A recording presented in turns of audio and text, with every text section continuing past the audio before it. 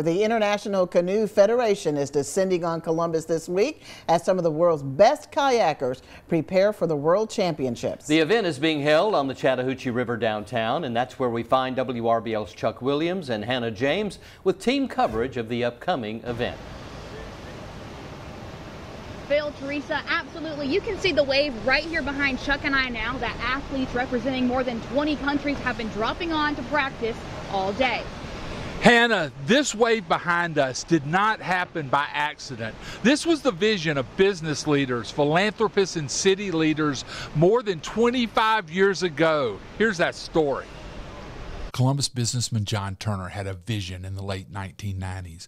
He wanted to take out dams and create free-flowing whitewater into an urban environment. He knew in 1998 that the idea had merit when he brought whitewater consultants to Columbus to see what was possible. They were the architects of the Ocoee River Olympic venue. And when they got here, the two guys turned to each other and they said the Olympics should have been here. A quarter of a century later and a lot of water under that bridge, the world is in Columbus this week for the ICF Freestyle World Kayak Championships. Paul Shepard is from England and worked in Nottingham, where the World Championships were held last year. He's judging this event and has paddled big water all over the globe. He has a message for Turner and the others who pulled this $26 million miracle off. They've built something that enables us to host the World Championships, which is great. So the first thing I'd say is, thank you very much. But, it's a lot of risk, to do this and hope that what you get out at the end is some world-class rapids.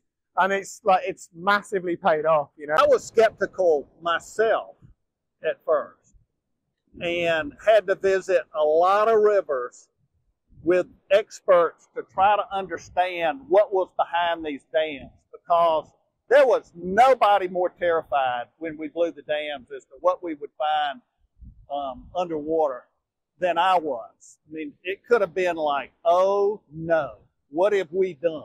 Now Turner has a couple of wishes as these athletes from across the world come to test themselves in the Chattahoochee waters. Well, I would hope that they are experiencing Southern hospitality, and I would hope that they would go forth and tell the world that this place exists.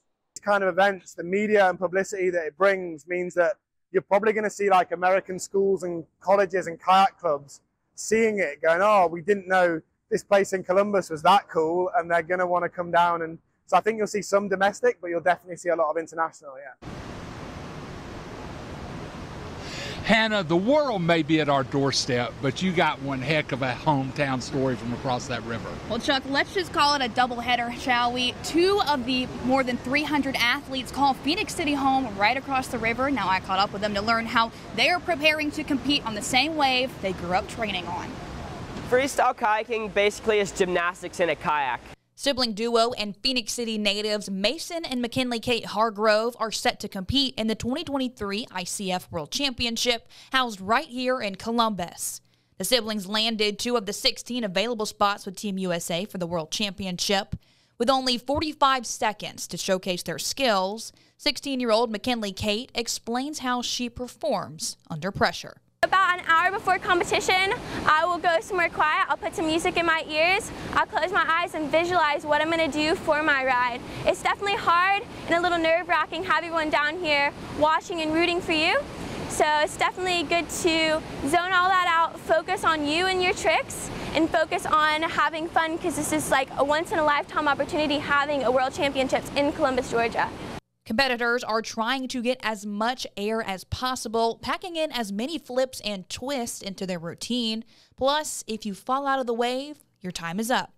20-year-old Mason Hargrove has landed a spot on Team USA 3 times. He shares how he prepares physically and mentally.